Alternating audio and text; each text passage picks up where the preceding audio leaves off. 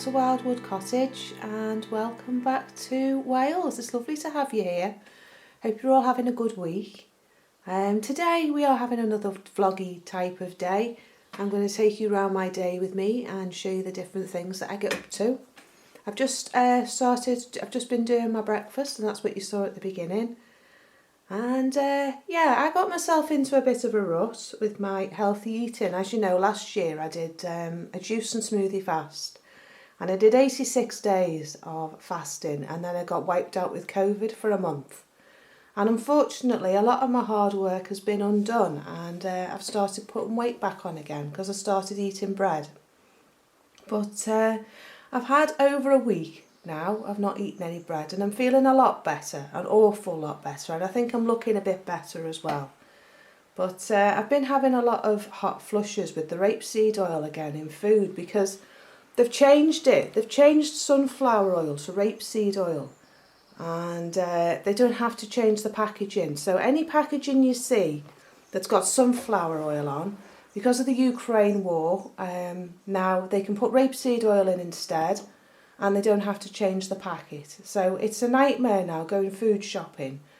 If I want to buy something quick just to put in the oven because I can't be bothered cooking, or because I'm tired, or because I'm short of time, I now know that if I eat sunflower oil, I'm going to be eating rapeseed oil. So that makes it even more difficult going shopping. So the last 10 days or so, I've been back on a healthy eating. So I just thought I'd share that bit with you. Because you probably noticed in my videos I've gone from looking really well last year to looking a little bit more plump this year. But I've stopped eating bread again. I've been 10 days now without eating any bread. I'm not really eating any grains. I don't eat porridge. And I have had pizza. I had pizza last night for my tea. But other than that, I've not eaten any bread at all. My husband had curry the other night, didn't have any naan bread. Haven't had any toast or anything like that. I have had crumpets twice, but I'm feeling so much better. But I've also, to make myself have hard work, I've kicked the coffee. And I've been off coffee now for a week. This is my 7th day without any coffee. So I'm back on the green tea. I'm back on the herbal teas. I'm drinking smoothies and drinking juices. I'm having a smoothie every day. I'm having a juice every day. Because my husband makes a green juice, so I have half of his green juice with him. And yeah, I'm feeling a lot better. Just in the first few days, just in the first like 10 days, I'm feeling a lot better. I'm feeling tired, and that's why there's not been as many videos. But I think a lot of that was because I got so worn out doing the Polytunnel. But now that's done, I can take life a bit easier. So today, after all that is said, I'm editing a video for today. I'm hoping to get that up today. The weather's changed, it's not as hot, so I'm back in cardigans again. And we're going to go for a walk. I'm going to take you down to the bee place where I get my honey. And it's the same person who, remember in one of my videos the other week where I showed you the bees in the garden? Well, I'm going to take you to the place that does the honey, and show you the little, he's got like a little porch in his house, and he has all the jars of honey all stacked up. So I thought I'd take you down there and show you that. We'll have a little look at the river, and I've got some seeds to sow and just general pottering really. So I just thought that I would just say good morning to you. I'm just going to have my breakfast. It looks really healthy. Shall I turn you around and show you my breakfast? There you go. My nice healthy breakfast. It's got coconut yoghurt on the top. It's got chia seeds, ground up chia seeds and flax seeds, strawberries, bananas and peaches. And then this is a organic fresh leaf green tea with some real honey off the chap that we are going to get the honey from, because the honey I bought the other day I'm not that keen on. I don't like it. It's sunflower honey. It's very bland. It's very plain. So I'm going to keep it for cooking, and we're going to go and get some heather honey, because I really like his heather honey. It's really, really nice. So I'm just sorting out my YouTube channel. Our subscribers have gone up, so thank you to you if you've subscribed to me over the last week. It's lovely to have you here. I've changed my little photograph as well. So yeah, I'm just going to get this done. I'm doing some seeds. This is some of the seeds that we're going to be doing. We've got runner beans, quite a few runner beans. We've got borlotti beans as well in this one. So we're going to do that in the Polytunnel a bit later on. And we're just generally going to potter today. So I thought to take you with me. So I'm just going to have my breakfast and then I'll take you out for a walk. So see you in a bit. I've been putting this job off for ages. I got the freezer a couple of years ago and it's never been defrosted. And it's defrosting itself. So yeah, I think I need to get the thing defrosted. There's a lot of food in here. I know what it is, it's mainly vegetables, but it needs a good tidy up as well, so it's a good chance to get that done. But why is the hole so close to the flipping floor? That's the best I can do, is propping up a dish to try and catch the water. But yeah, so I'm going to have a sort out and get this freezer defrosted. But once all this side stuff has gone, I can put the food back in and let the freezer finish off. So that's my thoughts anyway. So I'll get this done and then I'll get myself some lunch. So there we go, the freezer's empty and thankfully I have it all in bags. I keep everything in separate bags in the freezer so it's not all loose in the bottom. So it's just easy just to lift all the bags out, and then there's 2 baskets on the top, so that's not too bad, is it? So hopefully it won't take too long for all that stuff on the side to come off, because I want to get my eggs back in. But we'll have to see. And then I'll have to do the other freezer. So it's another handy tip as well, is keeping all freezer drawers out of old freezers. That's what that is, and that's really handy for keeping stuff in, so yeah. Right, let's go and get something to eat. So I've got my dinner in the oven. I'm having a fish pie I found in the freezer. I thought it was a good chance to get rid of it. I'm going to have a cup of coffee. I'm drinking this stuff. Don't know whether any of you have seen it. It's called Whole Earth Wake Up. And it's a coffee alternative. Now it's the best one I've found so far. That's a good alternative to coffee. It tastes like coffee, it smells like coffee, it looks like coffee. So for me that's good enough. I think it was about £4 a jar and it's made from barley. Oh, it has got chicory, rye and malted barley in it, so it's not gluten free, but if you're only going to have a cup like I am, one a day, it's a good alternative. So that's what I'm having to drink. So I'm going to wait for my dinner to cook, and while I'm waiting for that I'm going to go in the Polytunnel.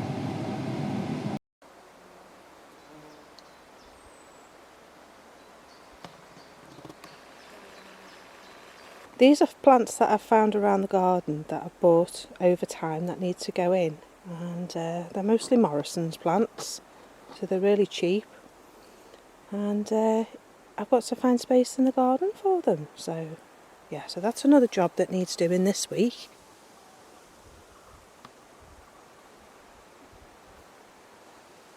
The birds seem very quiet today. Don't know why. There's no bird song today. But there is chickens. Isn't there chickens? They wonder why I'm so late. It's 12:30. I've been busy. I've been editing a video.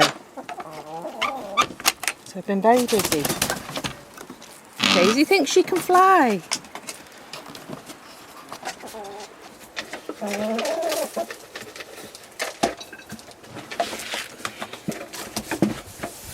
You're very hungry? Come on, you two.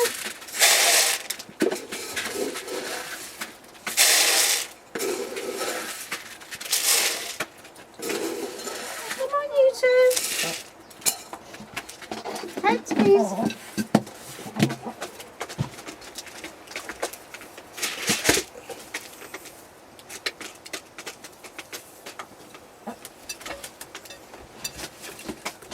You two.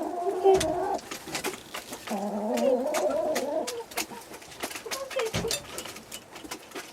We need to go and get our breakfast now. So there we are, happy hens.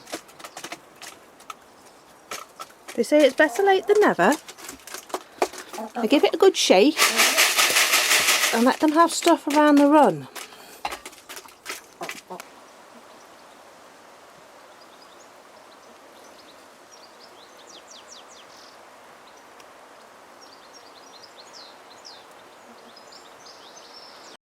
I thought to come up the back and see Sceptred at Isle. Do you want to have a look?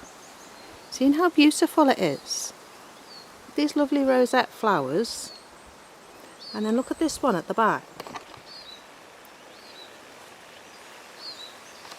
That lovely yellowy orange centre. It's beautiful. It smells divine. Oh, it smells really fruity. It's lovely. I can see it from my kitchen window. And the good thing is, it's good for wildlife. Just seen a little bug sneaking in there.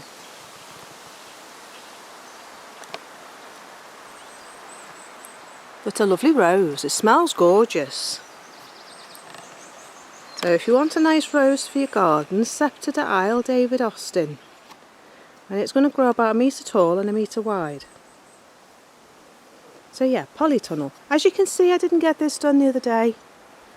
It got far too hot and I got distracted doing the wood for the winter. So, job for another day. So maybe this week this will get done. It depends on the weather. The wisteria is looking nice now. This one here. All the purple flowers are finished and it's gone to leaf. It's very pretty. It's very pretty with Sceptred at Isle next to it as well. Well, I think it is anyway. Can't really tell on the camera, but it looks really nice offset against the green. But the sun's a bit bright. Elizabeth's flowering as well. This is Queen Elizabeth. This one here. Got it on offer from Yew Garden for £2.99. Very pretty. So that's my nod. That's my nod to Queen Elizabeth. There you go.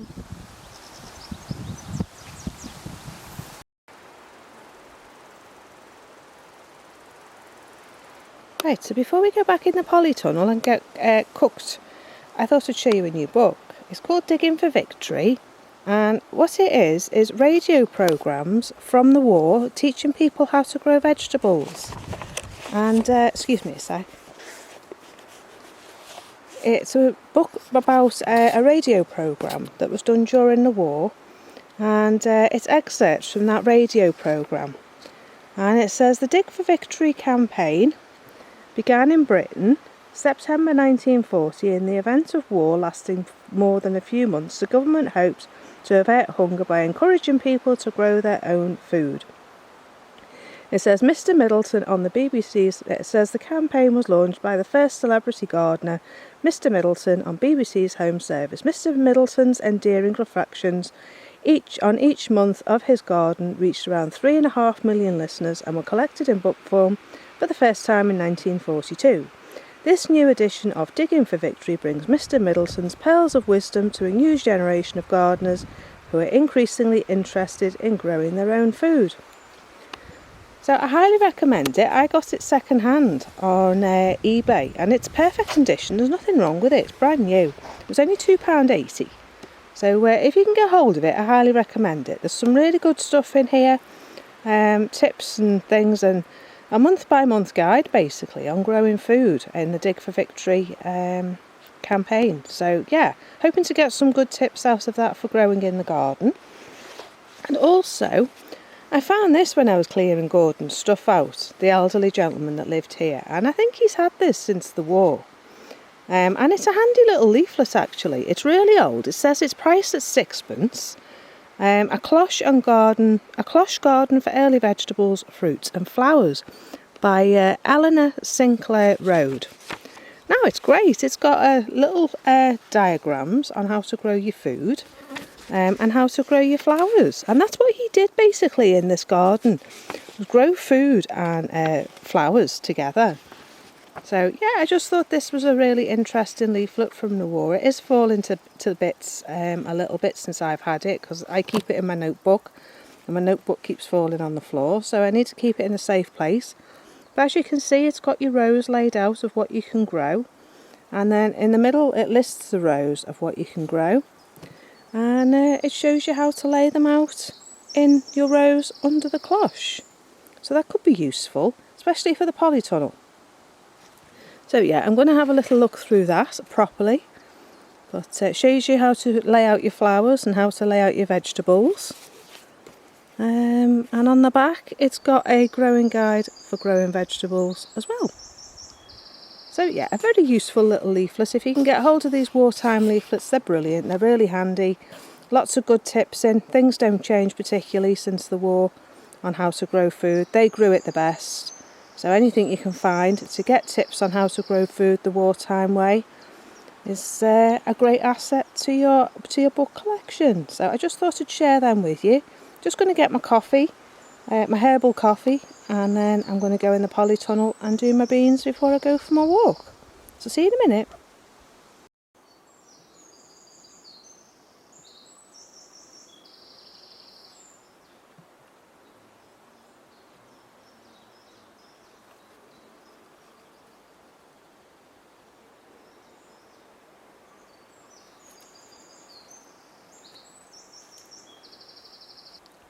Right. The polytunnel's coming on well. The bees love it, the butterflies love it, my husband loves it. He keeps coming out and looking at the cucumbers and seeing how they're growing. But I'm very pleased with my cucumbers. Considering they weren't growing very well. You see my cucumber? Look at that. Look at that of a cucumber, considering it's only been in a week. But they need a good water. They need a feed. But yeah, I'm very impressed. Oh, look at that. What the heck is that?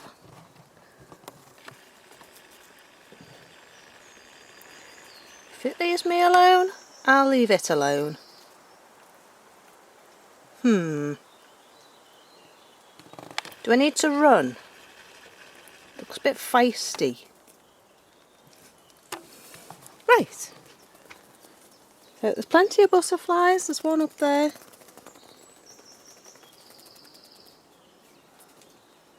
And under here I've done some beans and some peas. So they're soaking in there. Oh gosh, that propagator's hot. Got to keep them covered because of the mice. So that's what I've got in there. I've got runner beans in there, I've got peas, and I've got a few French beans. So over here, this is my potting bench that I showed you. My new potting bench. And this is my view from my potting bench. But in here, over the weekend, what I did was I went through my tin of my beans and my peas, and I put them to soak in water on Saturday night. And they've been soaking away quite happily in there.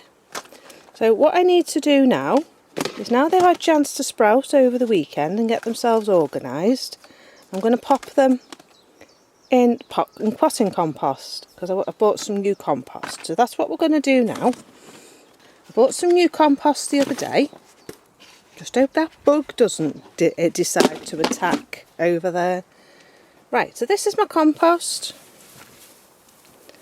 And I'm just going to plant them up just the ordinary way, just planting. And then I'm going to go and get my dinner, and then I'm going to go for my walk. It's a bit warm, but I'm right by the door, so hopefully we'll be alright. So I'm just using ordinary plant pots. Just going to get our seed. We'll do this one. These ones, and these are borlotti beans. So just to get them started, I'm just going to plonk them in. Don't know if there's a right or wrong way up with borlotti beans. Never grown them before.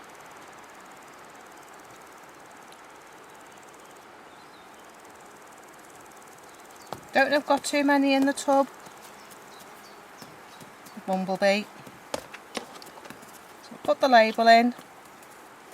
I've got more labels. Compost on the top, and then they'll get a water. So that's all I'm doing. I'm going to make my way through all my seeds and get them started, and then I'm going to go through my tins again and look at getting some kale and some spinach started.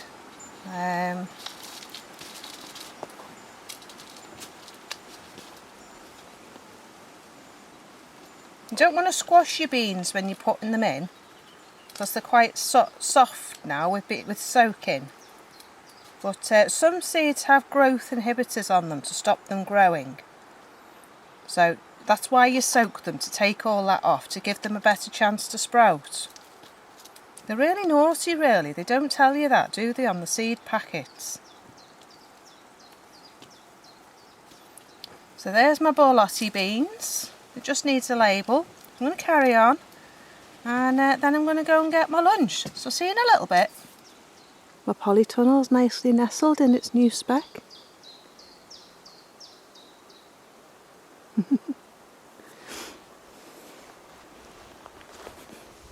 Now we're just off for a walk to go and buy our honey, and when we come back I'll be back in the polytunnel finishing off my beans. I'm off under that tree and I'm going down there. So let's go.